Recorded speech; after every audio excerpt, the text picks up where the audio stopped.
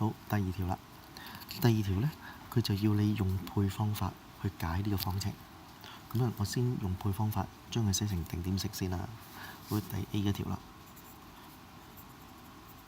我哋講咗啦，佢呢一個咁嘅二次算式嘅裏邊呢，我哋將黐住 x 前面數字-2，將佢除2再攞平方。咁呢個-2除2係-1啦，-1平方係1，我就夾硬加個正1俾佢，隨即減翻。頭3個有用嘅，可以變成完全平方，即係 x 減1嘅二次，補翻個減1。即係話我哋 x 二次減2等於0呢個二次方程呢，其實可以將佢變成呢 x 減1二次減1等於0。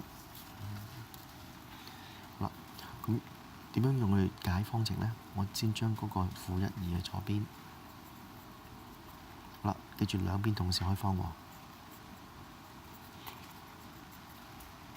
跟住分翻開兩條式，一個就正1，另一個呢就-1。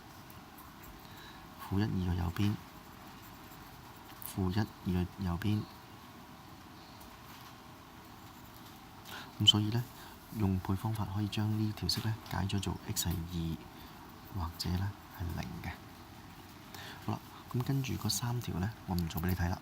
咁呢3條答案呢，分別就係2加開方3，2減開方3，-3除以2加開方11除以2，-3除以2減去-10除以2。